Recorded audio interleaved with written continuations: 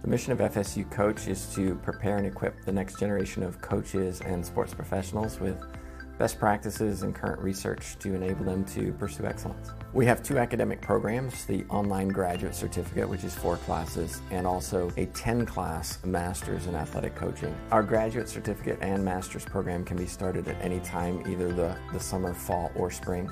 The types of classes that we offer focus on the athlete as a whole person. We focus on the theory and practice, the research, the helping skills. I came to FSU Coach because I truly believed in the mission and the purpose of the program. I think I have my dream job being a head coach at Florida State, but I know there's always more ways that I can help my athletes and better prepare as a coach. If you're interested in going into coaching or joining the FSU Coach program, I would just say don't even think about it and do it.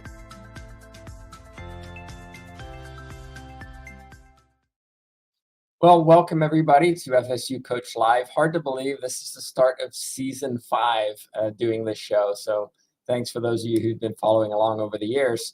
I'm excited this morning. Our guest is Dave Simeone. He is with the United Soccer Coaches Director of Education Programs. Dave, thanks so much for being on. And hey, first guest of the season. How about that? Pretty good. Thank you so much for the invitation. I'm excited to spend time with you, and congratulations on all the great success that you guys are having at FSU with your coaching program. Thank you. If you wouldn't mind, just give everybody a little bit of background of how you got into the role you hold today. I'd be glad to. It's very, very unique because obviously, I've been a 40-year member of the association. I've taught our education programs since about 1990.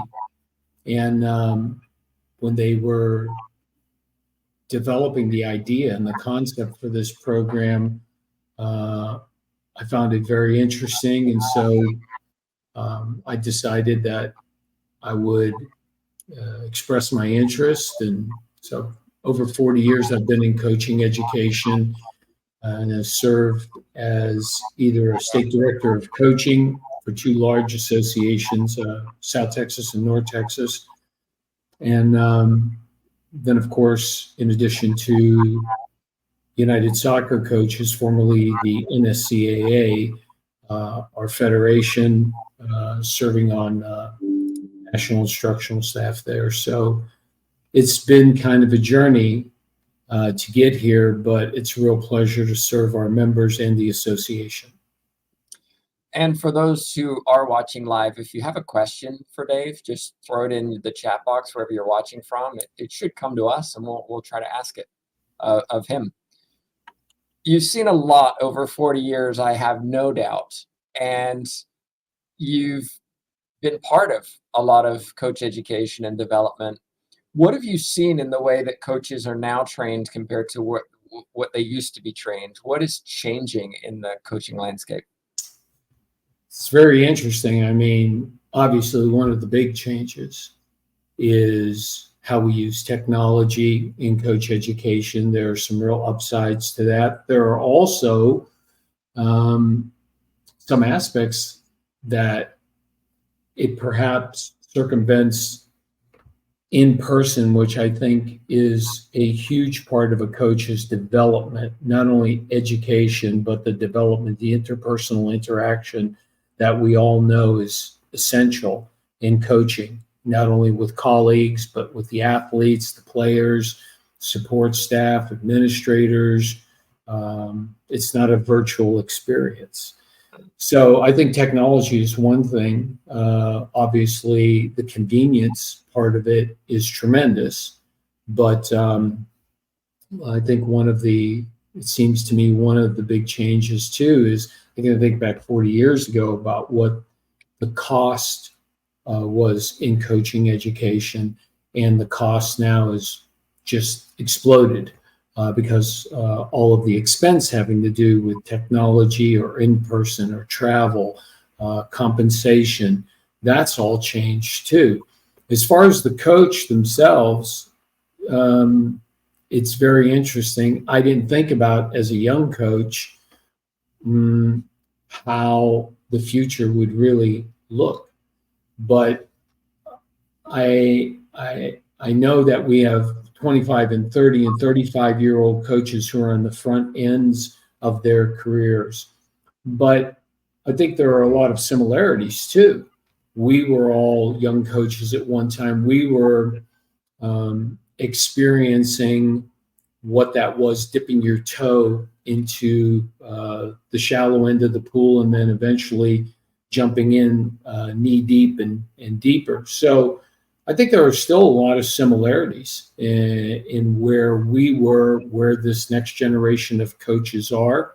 And so I think our aim, our goal, as I know is with your program, is how do we give them best information, best practices, and get them on a track where they can find where they're going to have success and where they're going to end up. Yeah, you mentioned, and these conversations are pretty open.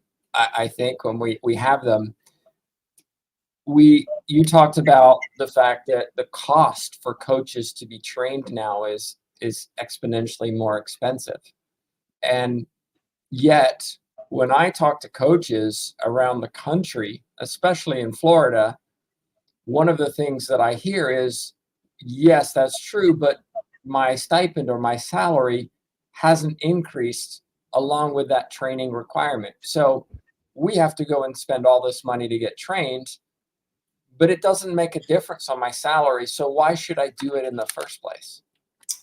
It's a really good question. There is so much more opportunity now than when I moved to Texas in 1983 and did my graduate work at Midwestern State University. By the way, I do want to mention I am a graduate of Midwestern State University. I know you are. I know you are. That's great. We have so many more opportunities now. At that time in Dallas, there were only 6 or 7 soccer clubs in 1983, 84. And the roles and the opportunities were very limited. High school soccer was just starting up. University soccer was still in a little bit of a growth mode, especially on the women's side with the implementation of Title IX. So there are more coaches now feeling that squeeze. And so there's a lot of money in the youth game. I believe when I left North Texas in 1998 or 99 as the technical director to go and coach with our national teams, I think youth soccer at that time was an $8 or $9 million industry in North Texas. And today, looking at the number of organizations that there are, the amount of money that's generated, uniforms, travel, facilities, coaching compensation, it is a $70 or $80 million industry. And Florida's no different. Southern California is no different. But as much as the salaries have grown, coaches spend a lot of time. They not only spend a lot of money for education, but they spend time. It's a 60 or 70 hour a week job, whether you're in high school or college or in the club game. So really, when you do a by hour analysis, they're not making a lot of money relative to the amount of time that they are spending. So I understand that. Talk to me then a little bit about the differences between club and schools, because when we talk about salaries, club soccer, you could almost say unlimited potential there for financial incentives, whereas high school, stipends are set by the school districts and by the teachers unions. And so, when you talk about this kind of money, a lot of these high school coaches don't see that. They're seeing a couple $1,000s a year. Is there maybe a concern that high school sports are at risk because of club sports and the success and and financial opportunities that coaches have in club sports? It's very complicated. I believe one of the benefits of soccer that's associated with programs in our education system is that they are embedded in the communities. I think that's incredibly important for sport across the broad landscape, versus the clubs that have, it's not only soccer clubs, it's AAU basketball, it's USVBA volleyball. They are extracurricular activities. And you are correct.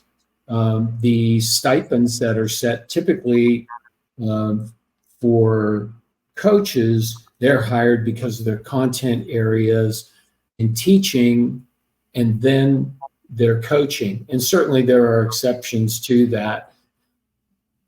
But the school district has the overall ability to create what's this compensation look like, what's the economics in that area. For club coaches, the question I ask right now is looking at how much money how the economics have grown in the club system. I don't know where the end is. Like, I'm surprised that it's not near being tapped out. And when it gets to be tapped out, what's going to happen to all that? So right now, it reflects, I think, the societal aspects of how we generate revenue and income and spend money in sport. It's societal. We're not talking anymore about, $10,000 or $100,000. It's a lot more money than that. And it reflects what's happening at the levels above youth sport, even high performance, elite level youth sport, where 30 years ago, it was $1 million or $10 million. And now we're talking about hundreds of millions of dollars. The good thing is we have more resources to work with. The bad thing is, when does that gravy train run out? Because eventually something's going to cause it to do that.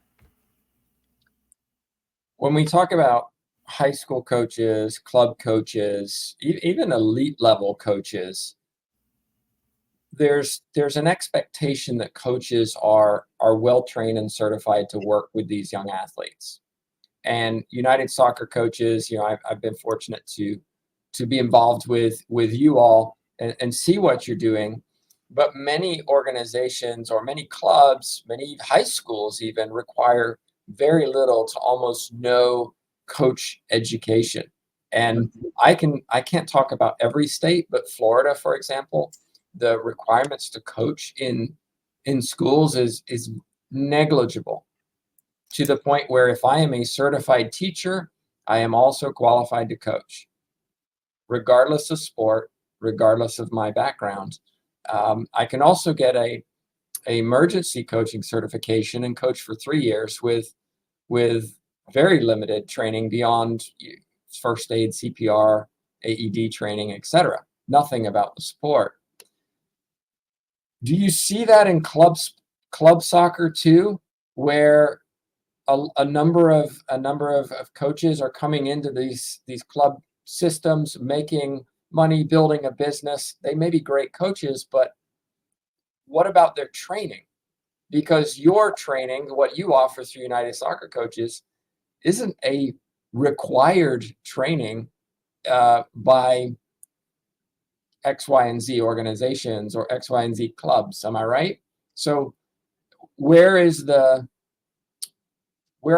I would say, regulations that say, hold on, if you want to coach any sport, let's just say soccer, because that's where we are, you have to complete X, Y, and Z, just like any other profession would expect?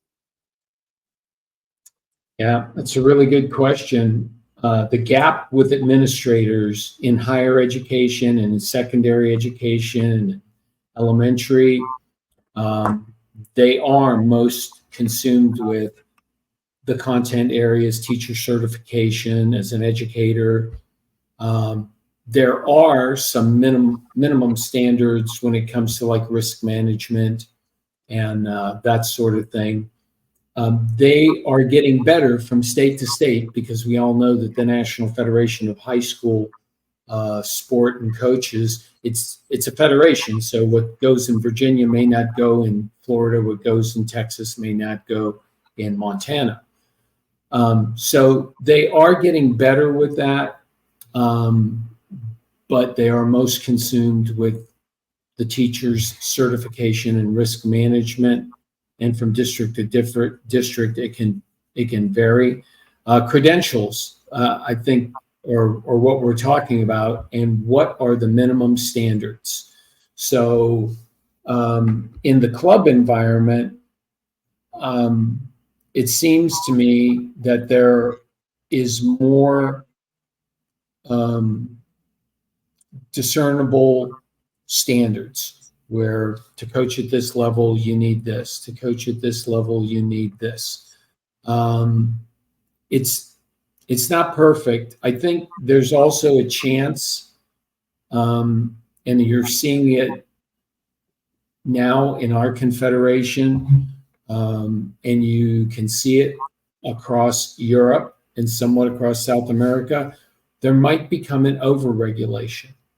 And I see that as problematic, as being under-regulated or under-credentialed and not relying enough on the experience, the suitability of the coach. But there should be some minimum standards that cover holistic development, player safety, risk management, best practices, age and stage appropriateness of training based upon who the coach is dealing with. So this is a very complicated set of issues between higher education and secondary education, and then the club environment.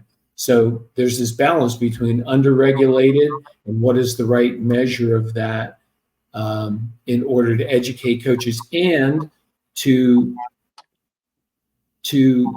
influence them that lifetime learning is important in both of these realms. It's not like getting a driver's license. We get a driver's license and we never take any more education. We get experience by driving, and that's great. We hopefully become better drivers. But for teachers, there's continuing education. And for coaches, we should influence coaches that lifetime learning and that attitude it benefits them, it benefits the sport, it benefits the athletes. Well said. From your perspective and what you've seen, there's a number of different coach education programs available to coaches who want to get better. A lot of content is available for free. This show, for example, is free for anybody to listen to a podcast or watch. What are coaches missing right now in what you're seeing in the current environment? What area do you feel that coaches need more knowledge, experience, education in? Well, just preceding COVID and then through COVID, I feel that there was an emergence of all of these other areas in addition to the technical, tactical components. One of the areas I think that we're getting a better understanding in is in performance science. That running is not all equal, that there are components of strength and agility and balance, cognition, understanding more about how people learn. So that alters the delivery a little bit of your coaching with your athletes. And it also alters the delivery of information to coaches. So it's less, I think, centered on directive instruction and more about learning strategies. And we're smarter about those things. Holistic development. um, how we interact with players, how we interact, let's face it, in the high school and in the youth environment, people management and communication skills with parents. That we're way past the time now where we can just say to the team manager, um, go deal with the parents. I don't want to hear it. So being able to be well versed and understand, how do we communicate with parents? How do we communicate with administrators? Because the administrator has changed too. We have fewer athletic directors, let's say, in higher education that are former coaches. Most of them have backgrounds in other areas and they're managing coaches. Coaches need to understand how to communicate with them. So I think communication, holistic development, how do we interact with one another? Also, the expectations, I think, are now reflecting changes in society, where competition and winning and getting results, there's more of an awareness of how does that all balance, rather than, well, we have to win, we have to perform. We're good when we perform and we win, and we're not good when we don't perform. How do we balance that out? Because we say, and parents say also, the value of sport in some ways is that my kid gets a chance to learn about what teamwork is about, what it is to encounter adversity and to overcome or to try hard. And those societal values are changing a little bit, and the coach needs to understand that, and how do I deal with it? Because we can't have a whole different value set within sport and it doesn't align with what society values and what parents value and what kids, additionally, at different levels. You cannot interact and have expectations of a youngster or a set of youngsters that just want to play for the fun of it. It's just a sporting experience, versus the athletes that are well versed enough and mature enough that they enjoy the increased challenges, they enjoy the competition, they enjoy training and trying hard. So this is what the coach has to deal with and be more well versed in. I know the U.S. national team is something of interest to you. Just following your social media and reading some of your posts about soccer in general. And I did a little research before this and got the statistic that there were about 14 million people who played soccer in the U.S. in 2023.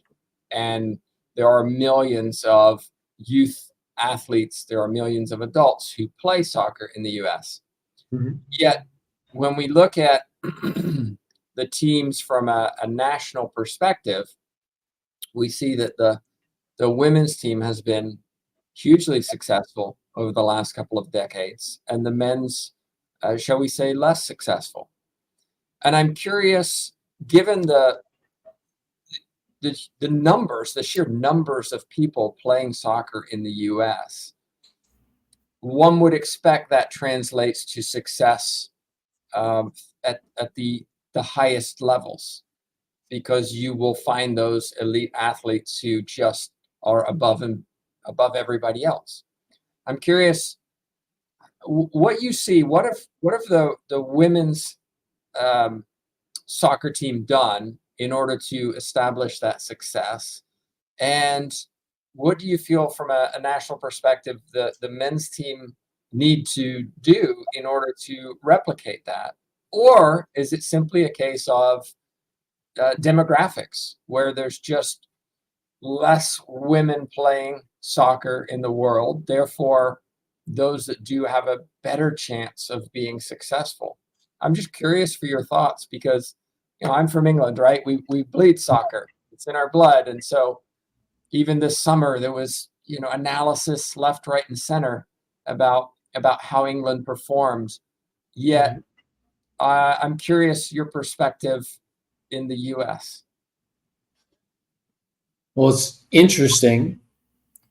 Today, it's just when you say to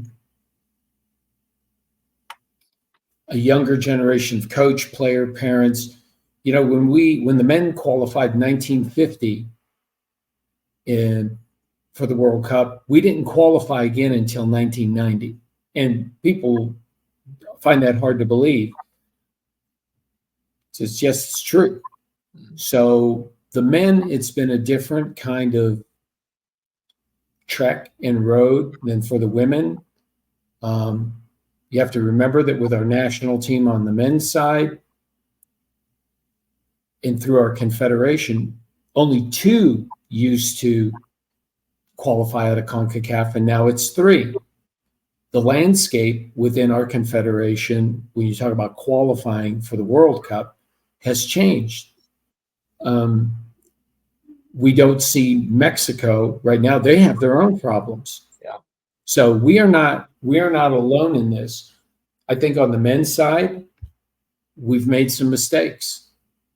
I look at the trek that we were on and Bruce Arena's team in 2002 that went to the quarterfinals. Most of those players were MLS tied, and very few were playing abroad. Our strategy currently is not working. It's not working. It's too homogenous. It's too globalized. So what I mean by that is we are not in the domestic landscape in the U.S. We don't see enough differentiation. We are all playing pretty much alike. What do you mean by that?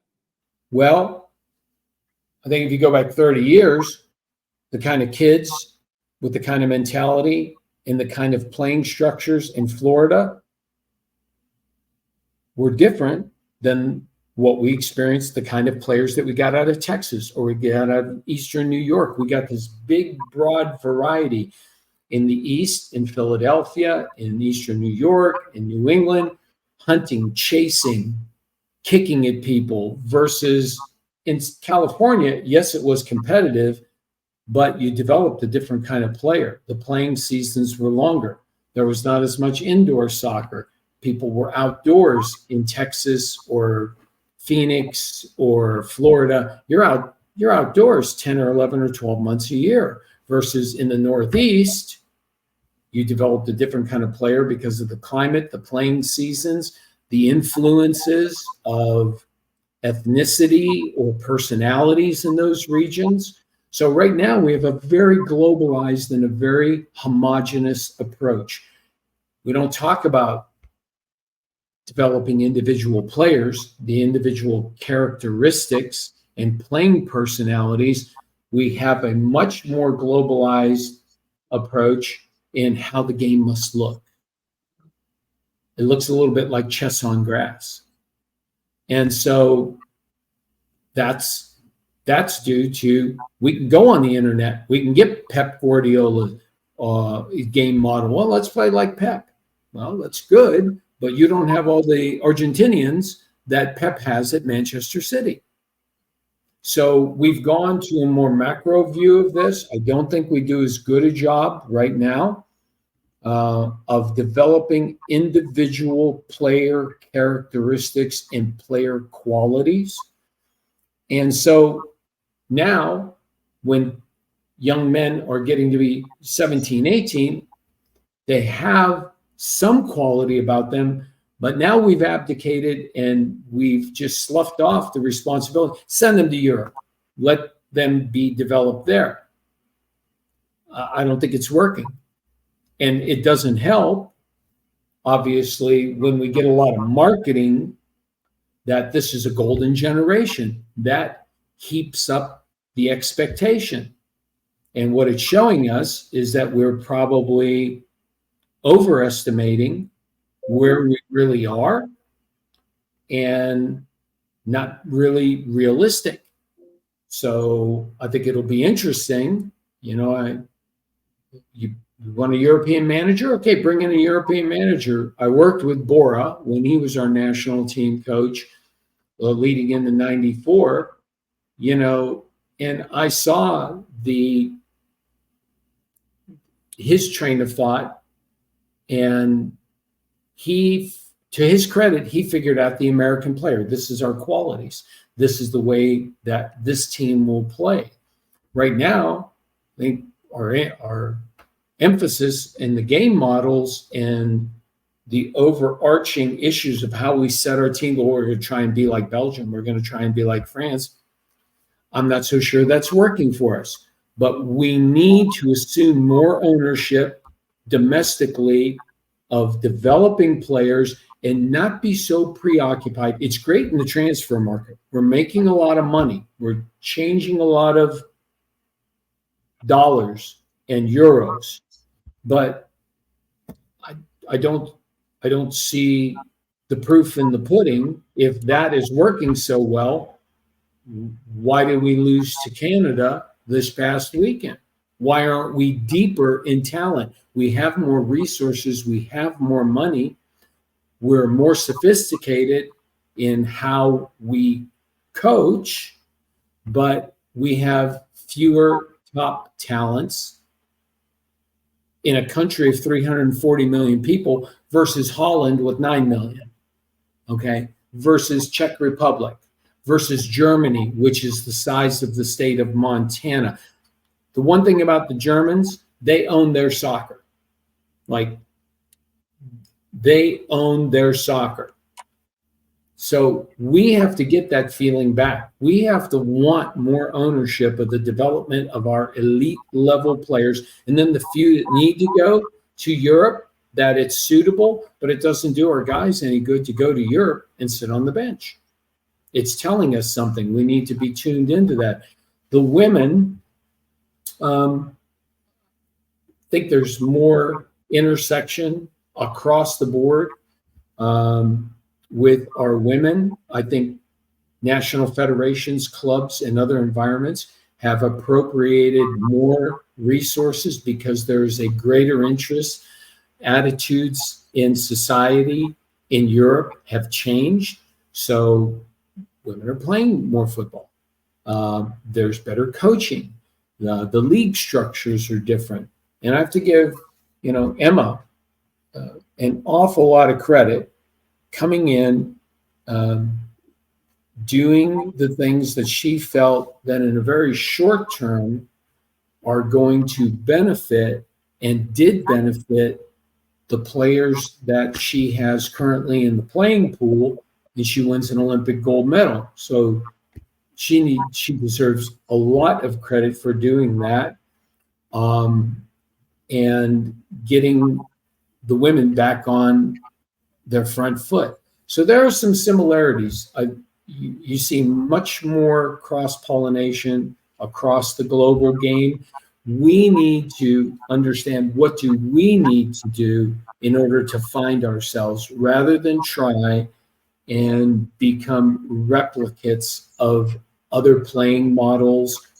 We need to do the things that will give us ownership and give us some identity of who we are. I want to be thoughtful of your time and have a couple of quick questions for you. Mm-hmm. One, if you had a magic wand and you oversaw coach education for coaches in the U.S., we'll keep it at soccer just because that's what we're talking about today. What would you change? I feel that in a country our size, and I look at other models in bigger European countries like Germany, that the national governing body influences the environment versus controls it. So I feel that there are some benefits to decentralizing and to be able to bring education closer on a consistent basis to the people who need it, to eliminate travel, to balance the use of technology in blended courses that give coaches the opportunity to not have to spend 5 and 6 days at a time like we did in the environments in the 90s. And it's not so important to me that everybody does everything the same. There's a lot of different ways to skin the cat. So being able as instructors to understand where coaches are, kind of meet them where they are at, and to provide them with some of the important features of assessment, feedback. But to do that, you have to become more local. And although knowledge and information, knowledge base is important, we still operate on the field with players. So giving them assessments in those practical environments about how they manage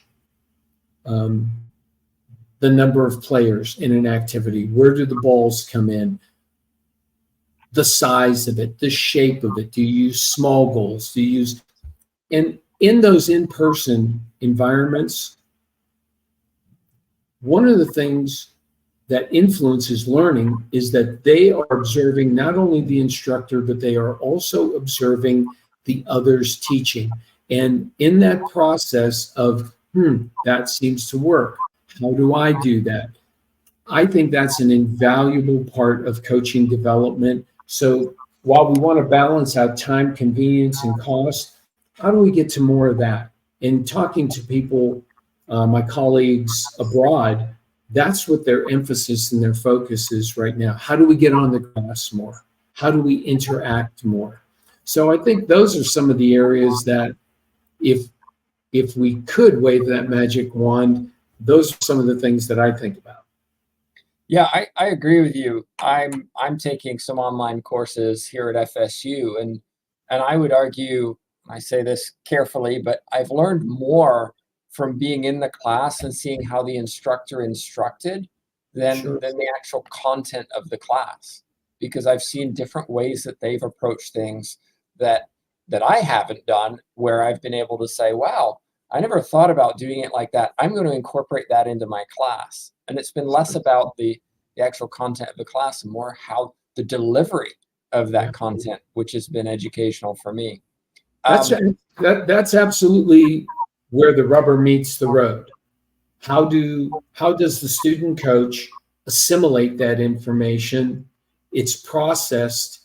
And how do I try it? I'm going to try this. And not all of the learning may start, or maybe there are triggers of learning in class, but then you have to also encourage them, go back, try it with your teams, try it with your kids, get a mentor, get someone who's more experienced that you feel trusted in, and get their feedback on a more consistent basis. That's what I found that is most pivotal for me, is doing that and being able to get ongoing assessment, ongoing feedback.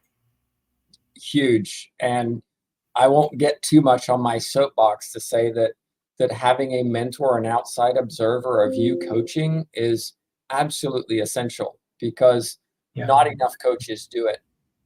It's been really interesting, because coming from an English point of view, self-observation and an observation by peers and superiors is just kind of embedded in our training. And I came to the US where it just doesn't happen. And that's something that really surprised me. You're not being evaluated, you're not being observed, you're not getting feedback. And if you're not doing that, then how do you know where you can improve? And I won't get on my soapbox, because I could definitely go on a little speech about that. Dave, just to close out then, just piece of advice for coaches in general, based on your decades of experience. What would you advise?